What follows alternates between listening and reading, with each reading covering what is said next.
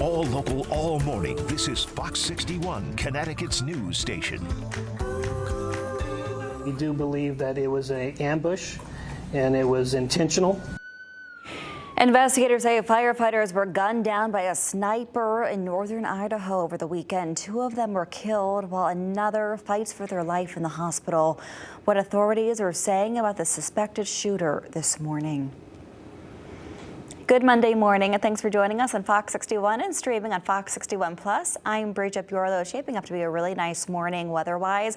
Hopefully it continues, Rachel, steadily. It really wasn't a bad weekend either. No, not bad at all. I mean, we started off a little gloomy on Saturday, but it, shaped up to be a pretty decent day. Yesterday was gorgeous. Today is going to be another warm one for us with summertime heat back into the forecast. Right now, we have a mostly clear sky this morning. Temperature is around 67 degrees in New Haven, and the wind is calm. We're a little bit cooler than this time yesterday. Not too far up, anywhere from 4 to about 10 degrees cooler. So numbers are sitting in the low 60s for areas inland, the upper 60s at the coast out the door. Our humidity is low right now, but moving forward, we are going to build in that humidity along with the heat and a few clouds this afternoon too. So we're going to see those numbers continue to creep up over the course of the morning and into the afternoon. We're really going to see things peak. Overnight tonight, still going to remain pretty humid, so it's uncomfortable sleeping weather tonight. Temperature is moving from the 60s now into the upper 80s, near 90 degrees for areas inland, lower 80s at the shore. 83 degrees in Milford today, 88 in Southington, near 90 degrees in Hartford. Southeastern Connecticut will be in the low to mid 80s as well. Our scattered storms build in for Tuesday. Temperatures will be up around 88 degrees. And then on Wednesday, it's not going to be as humid, but still a warm day on tap. We'll have more detail on that. Plus, we'll talk about 4th of July and what you can expect over the weekend there coming up in just a bit. As we check in with the roads now at almost 6:01, almost 6:02 here. Overall, things are looking pretty good. Here's a live look outside over in Cheshire this morning on 84, where volume is light, and looking at your drive times through the Brass City, anywhere from 28 to about a half-hour drive, and then Naugatuck to Seymour on Route 8 is okay at 11 minutes, Bridget. All right, Rachel, thanks. 6:02 now is your time. And developing at 6, New London police say 3 people were sent to the hospital after they were stabbed last night. And officers say they don't believe this was a random act of violence. Fox 61's Glenn Kittle joins us from New London this morning with everything we know so far. Police say this stabbing happened at around 5:30 on Sunday night. When police got on the scene, they found 3 men, all with stab wounds, who were treated on the scene before being brought to nearby hospitals. Police also say that 2 out of the 3 victims had stab wounds that weren't life-threatening. Meanwhile, the 3rd was seriously hurt and was sent to a second hospital for additional treatment. After the victims were brought to the hospital, police cleared the scene and the Investigative Services Division collected evidence. It's still early in the investigation, but police say this doesn't appear to be a random act of violence. At this time, we don't know how the 3 victims are doing in the hospital this morning or if police have named any suspects or made any arrests in this case.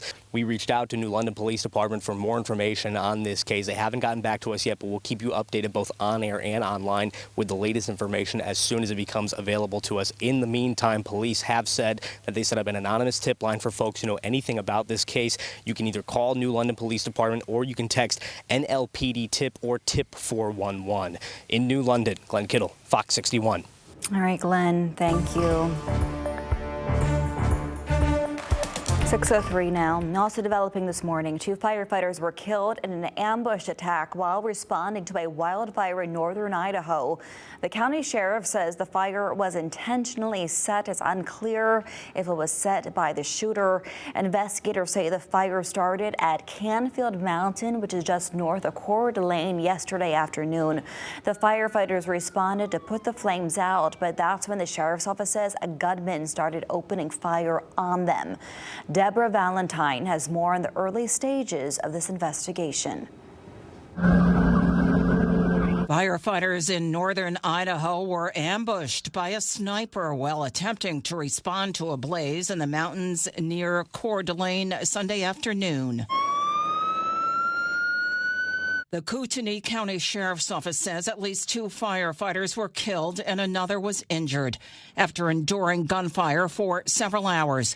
Authorities say they found a man dead with a firearm nearby. We believe that there was only one shooter. The situation also caught many people in the crossfire. So any civilians that were hiking during that time, we believe it's likely had they been injured, they would have came forward. Multiple agencies responded to the scene. in a situation that Kootenai County Sheriff Robert Norris says is quite rare in these types of communities. I can't say that I've seen it in a rural setting. Well, a shelter-in-place order was lifted. Northern Lakes Fire Protection says the scene also remains a very active wildfire situation. Federal authorities also responded to the scene as FBI Deputy Director Dan Bongino posted on X, quote, FBI assets are headed to the scene in Coeur d'Alene to provide tactical and operational support. Meanwhile, local agencies are still working to piece together information about the shooting. We do believe that it was an ambush and it was intentional. Norris says the operation is still expected to last multiple days. Deborah Valentine, Fox 61. Now at 6, a person was flown by helicopter to a hospital after they crashed their car into a pole in East Hampton. Officers say it happened just before 5 yesterday morning on Colchester Avenue. They say the driver hit the pole so hard they were thrown from their vehicle. That person was seriously hurt. We don't know how they're doing this morning. No word yet what led up to the crash. No one was hurt after a boat hit the rocks off Clam Island. Brantford's fire department says there was only one person on the boat at the time, but take a look at this. That man was thrown into the Long Island Sound after hitting a sandbar. Firefighters say the boat then circled around without anyone at the helm and eventually crashed. The man was rescued by a nearby boat. Thankfully, no oil leaked from the boat. A bedroom caught fire yesterday morning in Brookfield. It happened at a home on Lexington Drive just before 7:40. No one was hurt, and firefighters were able to put the flames out relatively quickly. A man was shot while driving his car early yesterday morning in New Haven. Officers say the man was being chased by another driver when he was shot, then crashed into a tree. It happened at around 2:45 a.m. on Bassett Street.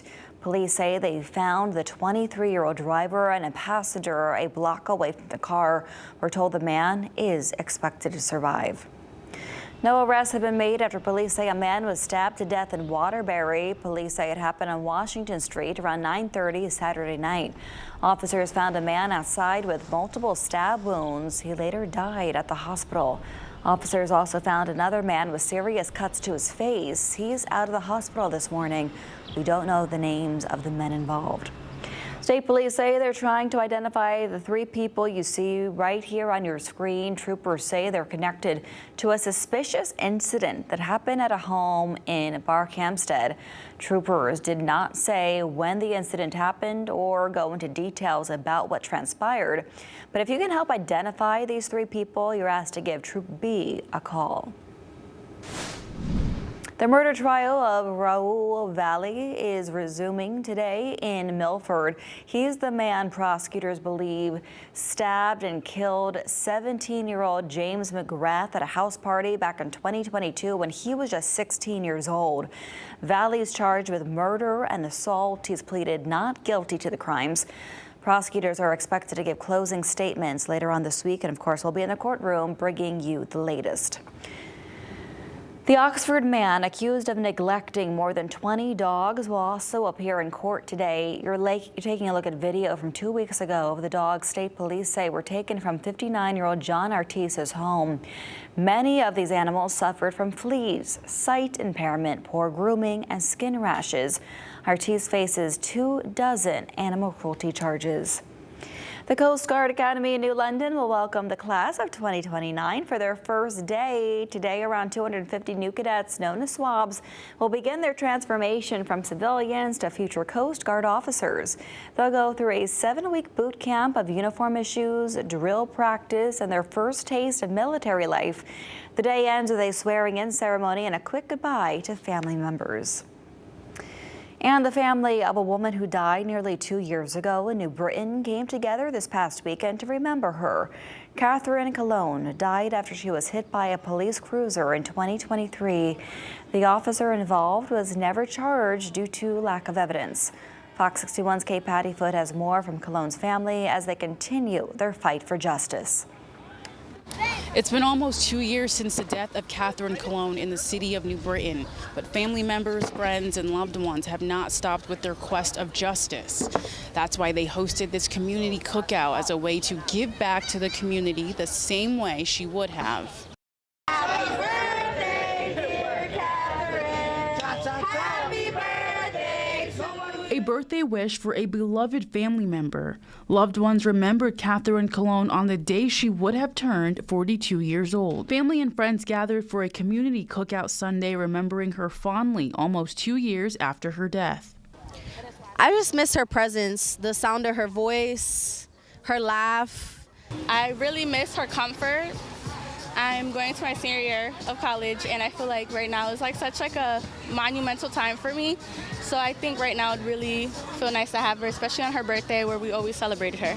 On September 21st, 2023, police say Cologne was crossing West Main Street in New Britain when she was hit by a police cruiser being driven by Officer Connor Reinsch. Cologne didn't make it. A report from the state's attorney office stated Officer Reinsch was responding to a burglary call. The report said Officer Reinsch was speeding and did not have his emergency lights or sirens on. But the report also showed Cologne had a number of substances in her system at the time of the crash.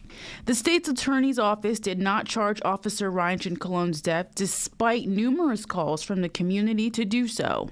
Cologne's daughter said they put on this cookout to give back to the community just like their mother would do. She was always about giving back to her community, giving her clothes off her back to people who needed it the most, even if she needed it. My mom was a very honorable community member. She was someone who gave to others constantly in any way that she could. She helped me and my husband get food for the house when we first moved to New Britain, and I was always be grateful for her for that. The cookout had everything you could think of: food, toiletries, water, games, and activities. Family members say they just want Katherine to live on even if she's no longer here. We hope that people will learn about who Katherine was and that we get justice for Katherine, and also to know that the family is here and they're always going to be here to speak her name and to educate people on the injustice that happens to Katherine Cologne. Family members tell me they want Officer Reinsch charged with manslaughter, but until that happens, they'll continue holding community events just like their mom would have wanted. In New Britain, Kate Pattyfoot, Fox 61.